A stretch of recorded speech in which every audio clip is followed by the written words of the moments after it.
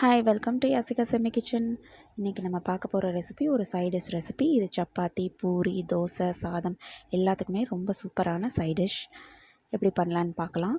இதுக்கு நான் 100 கிராம் கொண்டக்கடலையை 8 மணி நேரம் ஊற வச்சு ஒரு குக்கரில் சேர்த்து உப்பு சேர்த்து 3 விசில் போட்டு எடுத்துக்கோங்க. அப்புறம் ஒரு கடாயில் 1 டேபிள் ஸ்பூன் எண்ணெய் சேர்த்துக்கோங்க.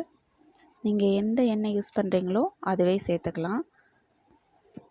இதில் நான் 2 மீடியம் சைஸ் வெங்காயம் நறுக்கி வச்சுருக்கேன்.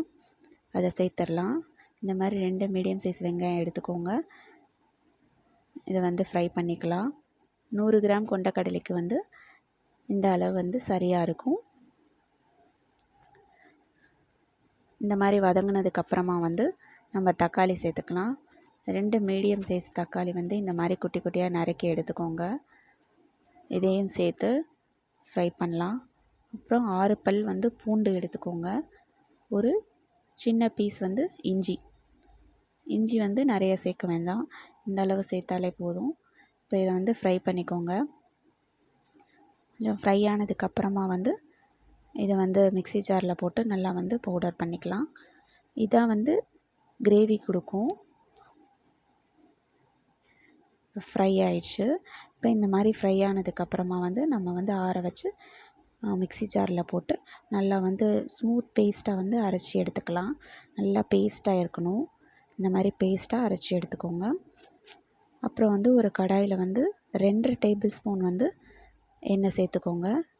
சேர்த்துட்டு ஒரு துண்டு பட்டை, பிரியாணி இலை, 2 துண்டு பட்டை, அதை குட்டி குட்டியாக நான் கட் பண்ணி எடுத்திருக்கேன்.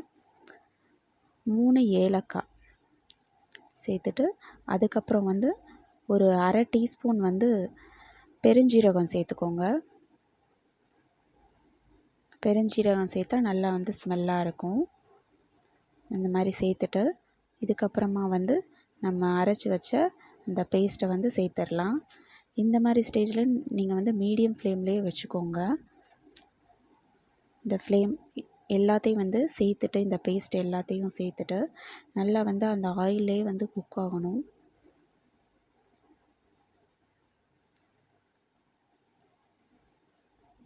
அவ்வளோதான், நல்லா குக் ஆகட்டும். நல்லா கொதிக்குது பாருங்கள். இந்த மாதிரி ஸ்டேஜில் நம்ம 1 டீஸ்பூன் மல்லித்தூள் சேர்த்துக்கோங்க. அப்புறம் அரை டீஸ்பூன் ஜீரகத்தூள், அப்புறம் 1 டீஸ்பூன் மிளகாய்த்தூள். உங்களுக்கு காரம் அதிகம் பிடிக்கும் அப்படின்னா இன்னும் ஒரு அரை டீஸ்பூன் கூட சேர்த்துக்கலாம். அப்புறம் அரை டீஸ்பூன் கரம் மசாலா.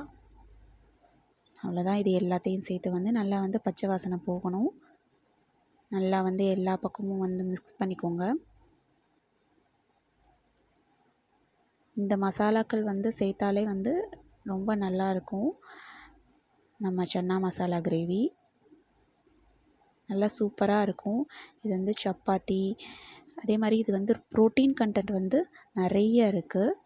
அதனால் குழந்தைங்களுக்கு பண்ணி கொடுக்கலாம். இதை கடைசியாக அரை டீஸ்பூன் சிக்கன் மசாலா பவுடர் சேர்த்துக்கோங்க.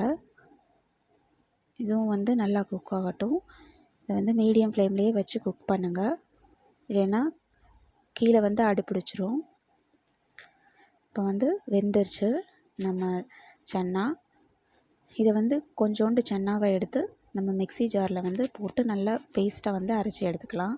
இது எதுக்கு அப்படின்னா கிரேவி நல்லா திக்னஸ் கொடுக்கறதுக்காக.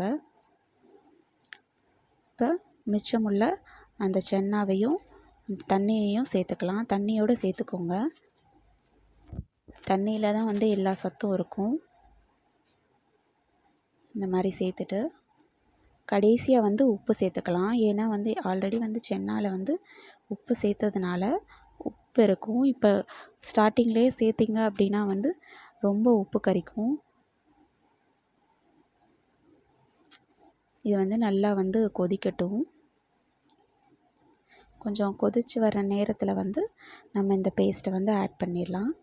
இப்போ ஆட் பண்ணிவிட்டு இதையும் நல்லா மிக்ஸ் பண்ணி எடுத்துக்கோங்க.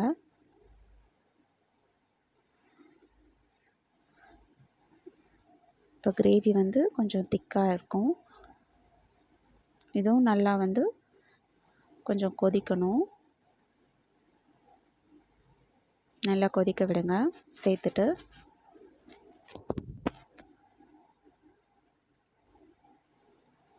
நீங்கள் வெறும் கடலையை வந்து அவிச்சு கொடுக்கறத விட இந்த மாதிரி சன்னா மசாலா சேர்த்து கொடுத்தீங்க அப்படின்னா குழந்தைங்க வந்து நல்லா விரும்பி சாப்பிடுவாங்க சப்பாத்தியோட. இப்போ கடைசியாக உப்பு சேர்த்துக்கலாம். நல்லா கொதிக்க விடுங்க. இப்போ லோ ஃப்ளேம் வச்சுக்கோங்க. லோ ஃப்ளேம் வச்சு கொஞ்சம் நேரம் வந்து கொதிக்க விடுங்க. எண்ணெயெல்லாம் வந்து பிரிஞ்சு வெளியே வந்துடும்.